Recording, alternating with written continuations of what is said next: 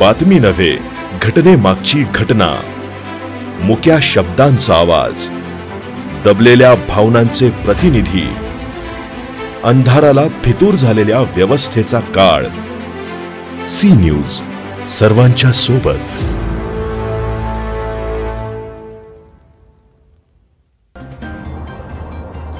पंचवार्षिक काळातील अखेरच्या स्थायी समिती सभापती पदासाठी सत्ताधारी भाजपने कंबर कसली आहे।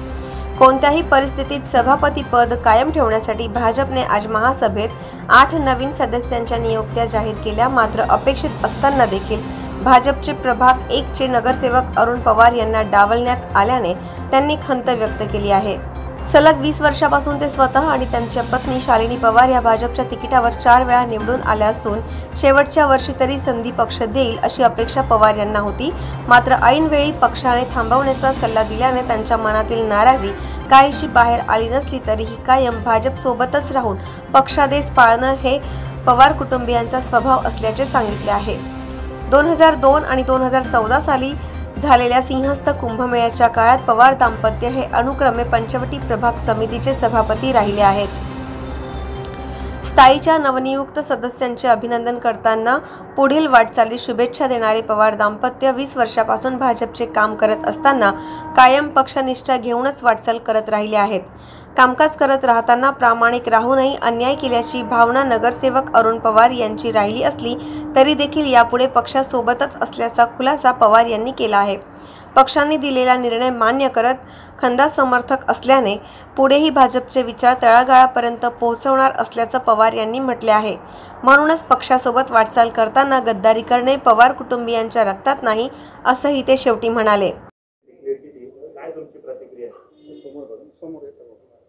भारतीय जनता पार्टीने आज स्थायी समिती सदस्यपदीची अनपेक्षित यादी जाहीर केली आणि ज्या सदस्यांची निवड झाली त्या सदस्याचे सर्वप्रथम जाहीर अभिनंदन आणि त्यांच्या पुढील वाटचालीस माझ्याकडून शुभेच्छा।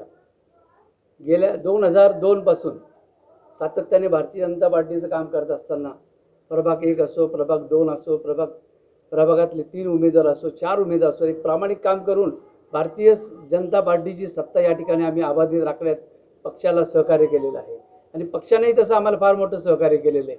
सातत्याने 4 वेळा आम्हाला पक्षाने नगरसेवक म्हणून निवडून आणलेलं आहे, त्याबद्दल मी पक्षाचे पण आभार मानतो।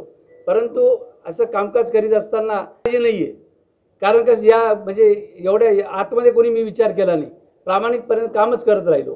परंतु काम करत असताना ज्यांची परिस्थिती नाही किंवा जे सक्षम नाही त्यांची सुद्धा निवड केली जाते, त्याचं मनात निश्चित दुःख वाटतं।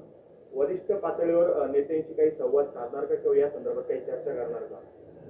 याबाबतीत मी काही चर्चा करणार नाही।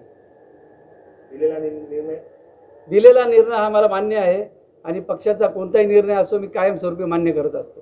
वाटचाल कशी असणार आहे? भाजपचीच असणार आहे का काय अन्य पर्याय निवडणार? मी भारतीय जनता पार्टीचा एक खंदा समर्थक आहे, कार्यकर्ता आहे। माझी वाटचाल भारतीय जनता पार्टीचीच राहणार। सी न्यूज साठी गुलाब मनियार, नाशिक।